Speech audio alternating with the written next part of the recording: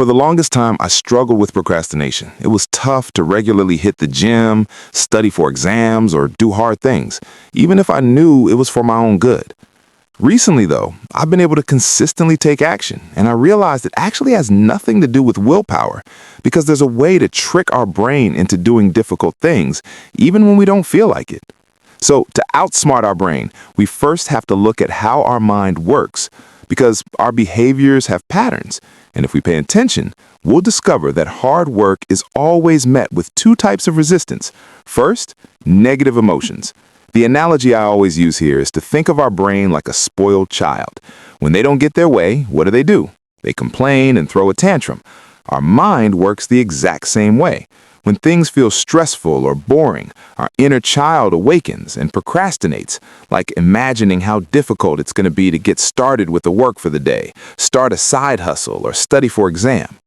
Second is our ego, or the self-image we have about ourselves. Our mind does its best to protect our ego from being hurt, because the ego is what we attach our self-worth to. For example, if I grew up believing I was gifted or better than most people, that makes me feel special. But suddenly, if I had to do something outside of my comfort zone, like ask out a beautiful woman, I would subconsciously avoid it, because if I failed, that would prove I wasn't gifted, and it would destroy my ego. So instead, to preserve my self-image, I would avoid doing the hard thing at all. So in either case of resistance, trying to fight against our brain's natural response to doing hard things, it won't work. But if we identify the source of the resistance, we can change our approach to trick our brain into working with us. So let's start with negative emotions. The amount of negative emotion we feel towards something directly depends on the size of it. For example, the feeling of boredom would be substantially worse if I knew I had to spend 2 months without my phone versus spending 1 hour without it. I would feel substantially more overwhelmed if I had to write an entire book than if I had to write one paragraph. Our mind is very visual. It does a mental calculation for the amount of effort and struggle it's going to take to reach that end goal. So what if instead we shift the goal? So first tip is tell yourself you're only going to do the hard thing for a little bit, right? You're only going to take a baby step. Finishing the entire U-World Q-Bank is a lot of damage, but let's just do one practice problem. Getting jacked feels impossible, but let's just do one set of bench press. Running a 10K sounds really far, but hey, let's just run around the block. James Clear calls this technique the 2-minute rule. We can lower the stakes of the task so the negative emotions around it don't feel so overwhelming. Do the hard thing for just a little bit and then reevaluate how you feel. Probably wasn't that bad. So what would it look like to just do it for a little bit longer? How bad would it be to do one more practice problem or one more bench press? When we break apart a huge, daunting challenge into very small steps, it won't feel so scary and we'll be more likely to follow through. Another trick that's absolutely worked for me is I'll just start getting ready. Like, if I'm supposed to go work out, but I'm feeling resistance, I just change at my shorts. I'll put on my shoes and grab my keys. If I feel frustrated that I have to study, I'll just open up my textbook. I'll pull up my study schedule. I'll get my calculator out. I'm not telling myself I'm going to do it. I just start getting ready. And usually, just going through the motions of getting ready, I eventually convince myself that, I might as well just do it now since I'm already here. This literally happened to me this morning. Like, some guy called and tried to sell me landscaping services, and I don't even have a house. He was like, well, since I have you on the phone already, or you came all this way, we might as well just buy it, right? Seriously, this tip works. Just give it a shot. The next thing you can try is to batch difficult work with enjoyable work or with rewards. Remember, our brain is a spoiled child, so we need to speak to it that way, or else we'll encounter even more resistance. Like, say you're babysitting a kid and they start throwing a tantrum about doing their homework. I would say, well, if you finish your homework, we'll watch a movie and you get to choose the movie. Batching is incredibly underrated and effective. I used this all the time when I was in school. I'd make plans to go out with friends, but only if I finished my work before then, or I'd only watch anime if I was on the Stairmaster. Try to find ways to incentivize hard work with enjoyable things, and the negative emotions around it won't be so high, and we'll be more likely to do it. Let's move on to ego now. So our ego is formed based on all our past experiences, and it defines who we are and shapes our reality. In Maxwell Maltz's book Psycho-Cybernetics, he explains that all of our actions, feelings, behaviors, even our abilities are always consistent with our self-image. We can only act based on the beliefs we have about ourselves, but our beliefs have nothing to do with the action itself. For example, regardless of whether or not I believe I can run a 5-minute mile, the act of running and trying is exactly the same.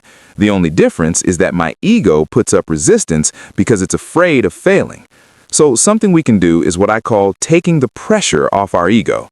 During clinical rotations in medical school, I frequently had to step out of my comfort zone and do difficult things. I had to give lectures, I had to do procedures, I even had to tell a 16-year-old she was pregnant.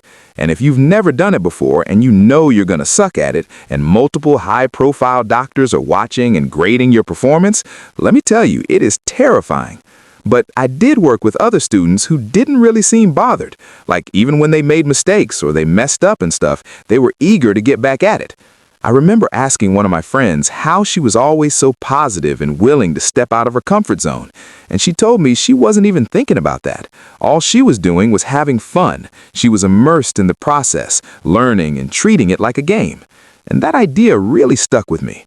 If we take the pressure off and just focus on having fun, the resistance drops and we can just start to enjoy the task and actually perform better.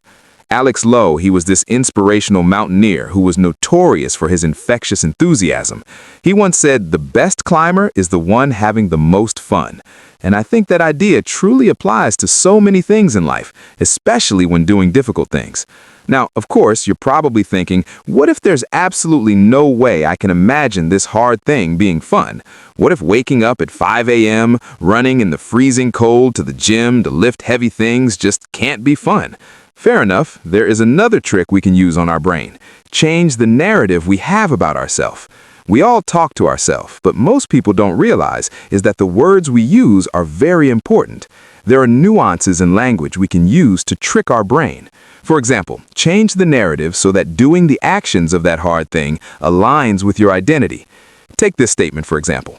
If I tell myself I need to work out and get in shape, my brain receives this message, processes it, and decides, you know what, we're not going to work out today. Because by definition, if I need to get in shape, that means I, in fact, am not in shape. And someone who's not in shape is not someone who works out, and so I'm not going to work out. My brain's going to resist working out and come to this crazy conclusion because it doesn't align with my identity. But if I rearrange the words a bit and I tell myself I am a person who works out, well, what do people who work out do? They go to the gym, they're probably in shape. Great, that means I go to the gym. Doing that hard thing will align with my self-image, because remember, we can only act according to how we view ourselves. I know this might sound crazy, but I'm not saying a flat-out lie to yourself. Obviously, I can't say, I am a person who will launch $1 billion company tomorrow. That's just outright foolish. But this is why language is so important. The key to tricking our brain is to align our identity with the actions of the person we want to become, not the end result. I'm not saying I am project. I'm saying I am a person who works out. You see the difference? One of those is based on progress, based on actions, and the other is based on fantasy.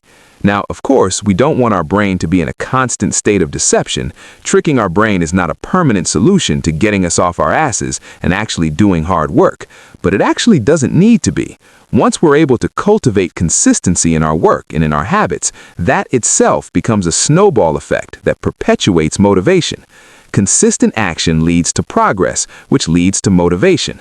See gains in muscle growth gave me motivation to go to the gym, and the more I went to the gym, the better I got at exercising, because no one likes to be bad at what they do. That's a breeding ground for negative emotions and ego buffering. Once we develop consistency, we'll start to enjoy doing the hard things. We'll start to enjoy the stressful feeling of pushing heavy weights. We'll enjoy the cognitive effort of learning and studying, and that is the ultimate goal. Definitely try these out for yourself. Those are some of the strategies that I use to get myself to do hard things, by tricking my brain. If you got other strategies you use, drop them in the comments below. Let me check them out, and I will see you in the next video.